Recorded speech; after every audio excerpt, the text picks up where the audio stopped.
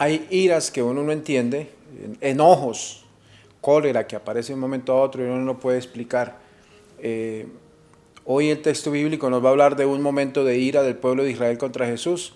Vamos a tratar a través de este texto profundizar un poco en lo que significa en la vida de una persona la ira y los resentimientos. Bienvenidos a Meditaciones Peregrinas.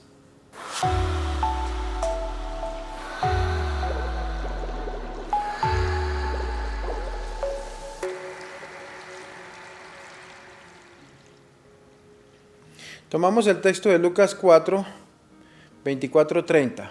Lucas 4, 24, 30. Nadie es profeta en su tierra. En aquel tiempo Jesús llegó a Nazaret, entró a la sinagoga y dijo al pueblo: yo les aseguro que nadie es profeta en su tierra. Había ciertamente en Israel muchas viudas en los tiempos de Elías, cuando faltó la lluvia durante 3 años y medio, y hubo un hambre terrible en todo el país. Sin embargo, a ninguna de ellas fue enviado Elías, sino a una viuda que vivía en Sarepta, ciudad de Sidón. Había muchos leprosos en Israel en tiempo del profeta Eliseo.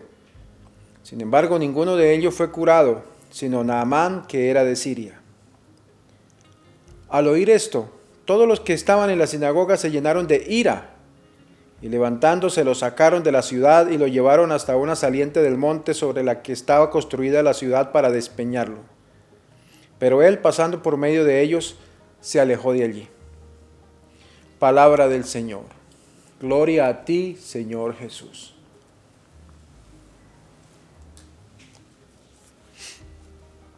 Este texto bíblico de Lucas nos está hablando de ese momento en el que el Señor se acerca a leer los textos de la Torá en su pueblo natal, en su tierra natal. Y cómo la gente en ese momento, después de que Él habló de cómo Dios ayudó a personas que eran de otro país, se enojaron, se llenaron de ira. Una ira que, pues, a mi parecer, es incomprensible. En ese momento es incomprensible saber por qué se llenan de ira tanto por unas palabras que son tan, digamos así, tan sencillas, que no tenían razón. Hagamos este ejercicio de tratar de imaginarnos esta escena de hoy de una manera más concreta posible. Jesús que llega a su pueblo, como cualquiera de nosotros llega a nuestro pueblo. Todo el mundo lo conoce, o todo el mundo cree conocerlo. Me imagino que de su parte el saludo a la gente, buenos días, el saludo a las familias, pues era parte de ese pueblo. Preguntar por cómo están todos, ¿sí? Es la manera de una vida humana, familiar, en un lugar, en un pueblo pequeño, donde todo el mundo se conoce, donde conocen a los papás de uno, donde uno conoce a cada uno de los que viven allí. Igual ese carpintero del pueblo, creció ahí con ellos, con sus amigos, vivió su adolescencia al lado de todos los muchachos del pueblo. Entonces lo conocen a su familia y además a los primos y primas.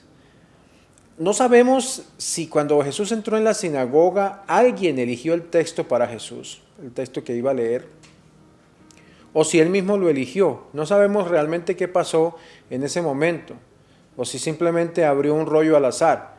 Debemos tener en cuenta que la manera como estaban organizados los libros antiguamente no es como ahora, que tenemos una Biblia donde están todos los libros, abrimos una página y ya. No era así, porque eran unos rollos donde se encontraban consignados algunos capítulos por libros. Entonces me imagino que había varios rollos de pergaminos y entonces allí tenían que escoger entre varios rollos, y me imagino yo que varios rollos comprendían un libro, ¿sí? Un libro de profetas o un libro del Pentateuco. En definitiva, de los distintos libros que eran conocidos y aceptados en el mundo judío. Al parecer Jesús ya sabía sobre las preguntas que se hacía la gente sobre él. Al final, él es el Hijo de Dios, pero se sabe también que se fue un tiempo. La gente sabía que por un tiempo se fue, que recorría la región, que comentaba la Torá, que sabía de la palabra, que de una manera especial hablaban de una manera completamente distinta a lo que hacían los escribas y fariseos, y que hacía milagros. Y me imagino que eso les hacía hacerse algunas preguntas a sus familiares y amigos. ¿Será acaso un profeta? ¿Será un hombre de Dios enviado? ¿Será el Mesías? Quizá alguno se preguntaba eso.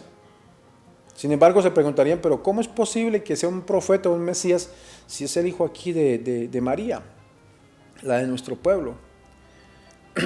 Es la experiencia, digamos, de la vida de un pueblo pequeño. Quizás se preguntarían si era un santo, un enviado de Dios, o bueno, tantas preguntas que pudieran hacerse sobre él.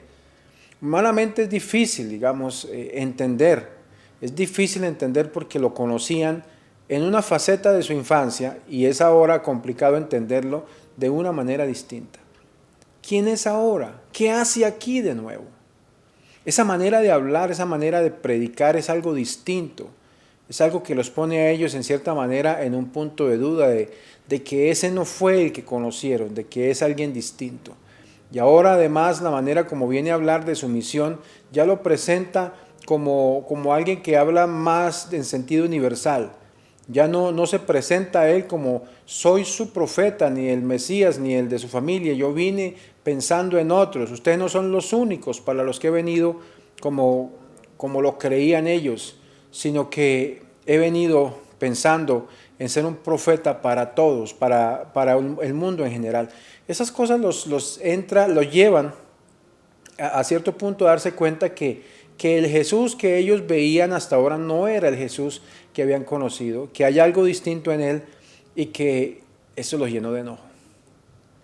Mayor enojo para las personas como sus parientes es que ellos entendieron muy bien que el Mesías no les pertenecía solo a ellos. Y aunque esperaban que el Mesías llegara a salvarlos un día, no consideraban de ninguna manera compartir ese Mesías con los demás. Al fin y al cabo ellos eran el pueblo elegido y como tal no estaban dispuestos a que nadie más lo considerara como su Mesías. Se llenaron de ira, una ira que parece incomprensible. Esa ira creo que no era para tanto. Sin embargo, si comprendemos lo que nos convierte en unos iracundos, tantas veces justificamos nuestra ira considerando que es quizás sed de justicia por aquello que es falso o por aquello que va en contra de lo que consideramos que es justo. La ira o la cólera es una pasión como todas las pasiones que aparece a veces sin motivo aparente. ¿Sí? Hace que el hombre se sienta de pronto agredido por algo y ahí explota esa ira. Alguien que está viendo que hay una injusticia se llena de ira. Pienso que los judíos y su familia en algún punto de esa conversación de Jesús se sintieron agredidos porque ellos se consideraban un pueblo único y elegido y especial. Y ahora el Señor les termina diciendo, pues el Mesías no viene por ustedes, no viene a la casa de ustedes, sino viene a la casa de aquellos que no son como ustedes. Pienso que eso fue lo que más les dolió e hizo que se sintieran iracundos. Igual para ellos era simplemente el hijo de la vecina, de María, la esposa del carpintero del pueblo. Ahora, ¿cómo viene a decirnos que los demás tienen privilegios como nosotros si nosotros somos el pueblo elegido? Eso les pareció injusto y eso fue lo que motivó en cierta manera lo que sucedió. Sus paisanos no querían saber si era de verdad el profeta. Al momento simplemente lo iban a despeñar, lo iban a botar por una peña para que muriera. Sin embargo, al escabullirse, al escapárseles de en medio de la multitud, pienso que es un gran signo de su poder. Y fue la manera como él les mostró que él era el profeta enviado, que era capaz incluso de escapar de la muerte cuando no había llegado su hora. Vamos a centrar esta meditación en la ira. Pienso que este aspecto que parece incomprensible en el pueblo es el mismo que nos pasa en la vida a nosotros. En algún momento nos llenamos de ira por algo y no sabemos, una ira incontrolable que no sabemos de dónde salió. San Agustín, así como Aristóteles, decían, tratando de definir la ira, que era como un deseo de restablecer la justicia. Las razones que en el fondo no importan, pueden ser distintas y equivocadas, ¿verdad? Pero es una manera, como dicen, se me está hiriendo y estoy actuando buscando la justicia. Las consecuencias es si dejamos que la ira nos controle. Y eso va a convertirse en una destrucción para nosotros. En la antigüedad se hablaba de dos clases de ira, de cólera, la roja y repentina que aparecía por un instante, mientras que llamaban también que había una ira blanca, que era como un hielo que se quedaba en la persona de manera permanente y que estaba ahí como congelada, ¿verdad? La ira es de esos deseos, de esos pecados tan actuales que motivan la guerra y la muerte hoy, los resentimientos guardados por años en corazones que parecen nobles y apacibles, pero que guardan ese rescoldo de veneno, como el veneno que guarda una serpiente, donde quiera que vaya irá con su veneno y estará pronta a usarlo en el momento justo. Cuando se llega al punto que se nos hace insoportable una persona, ya con el hecho de verla o escuchar que se hable bien de ella, y se nos hierve la sangre, es una señal de alarma de que la ira nos está empezando a controlar. Los padres del desierto eran unos ermitaños de comienzos de la iglesia, eran implacables cuando hablaban de la ira, al punto que decían cosas como que si, así como el orgullo hace que el orgulloso se pierda en su orgullo, juzgar a los otros por ira nos pierde a nosotros completamente. La ira inicia con prejuicios hacia otros, comparaciones molestas. En el proceso de la ira siempre va a suceder eso, hay un juicio de comparación. Evagrio, que era uno de esos antiguos padres, decía: nada se parece tanto a un demonio como un hombre irascible. Y de hecho estas palabras de Evagrio las he escuchado de mucha gente, que dicen: padre, cuando mi hijo se enojó, o cuando mi esposo se enojó, le vi esa cara y no era su cara. Es lo más parecido al demonio, ¿verdad? A un punto uno no sabe si es que el demonio está dentro y se sale por la cara, o simplemente es una actitud del rostro, pero al fin yo pienso más que es lo primero. El peor pecado es el orgullo, pero la ira es la mucho más cercana al orgullo. En un problema con otra persona, el orgullo quiere que nos pongamos por encima de la otra persona. Y la ira termina siendo mucho más cercana a lo malvado, a lo demoníaco. La ira es una gran ofensa a Dios, porque lo que se busca es destruir a la otra persona y es rechazar la posibilidad de ver que hay infinidad y diversidad de personas y que debemos entender que cada persona es amada por Dios. Cuando somos incapaces de controlar esos momentos de cólera y enojo, realmente ellas nos pueden destruir nuestra vida directamente, digamos, literal, o destruir la vida de otros, iniciando por nosotros, matando personas. He visto muchos casos de gente que ha asesinado por un arranque de ira y bueno, después de que ya se ha cometido un crimen ya no hay nada que hacer. La ira no hay que aceptarla, hay que tener cuidado a la hora de despreciarla y odiarla. ¿A qué me refiero con esto? No se debe aceptar, pero hay que tener cuidado al despreciarla y odiarla. Porque no podemos llegar a odiar la ira al punto de que nos dé ira porque odiamos la ira y no se va. Eso sería un remedio peor. Hay que aprenderla a dominarla con la paciencia. Cuando dejamos que el alma se nos llene de resentimientos, es necesario que tengamos claro cuál es la relación de esos resentimientos con la ira. El efecto más perverso de la ira es el resentimiento. Es aquello que queda en el corazón después de la ira y se queda ahí, se anida, se amarra y termina siendo una puerta que le da entrada a la ira y a todos los demás demonios. O como dijo San Juan Clímaco, aquel posterior a los padres del desierto, que hablaba del resentimiento como un resultado de la ira y decía: es el guardián de todos los pecados. Todos los pecados encuentran en la ira una puerta para entrar, resentimiento. Pienso, por ejemplo, en las parejas que tienen problemas de fidelidad, donde uno de ellos fue infiel. Entonces la otra persona, llena de resentimientos, cree que la solución es ser infiel también. Entonces llegan después con una cantidad de heridas en el corazón porque simplemente ni lograron con lo que hicieron de serle infiel a la persona porque fue infiel, calmar su infidelidad o calmar, tener paz en el corazón, sino que al final terminan sintiendo más resentimientos. Ahora, no solamente contra su pareja, sino contra sí mismos o sí mismas por los resultados de sus acciones. La ruina de todas las virtudes en un caso como este es justamente esa ira, ese resentimiento que dejamos que controle nuestra vida. Termina siendo un veneno para el alma. El alma llena de resentimientos se envenena poco a poco. Es como ese gusano que no deja que nuestros pensamientos sean puros y sanos, que tengamos paz en el corazón y podamos tomar buenas decisiones. Nos confunde a la hora de orar. Mucha gente trata de orar y esas imágenes de ira y resentimiento empiezan a aparecer y no los dejan, ¿verdad? Hace que ese amor de Dios como que se llene de una nube que no lo deja ver.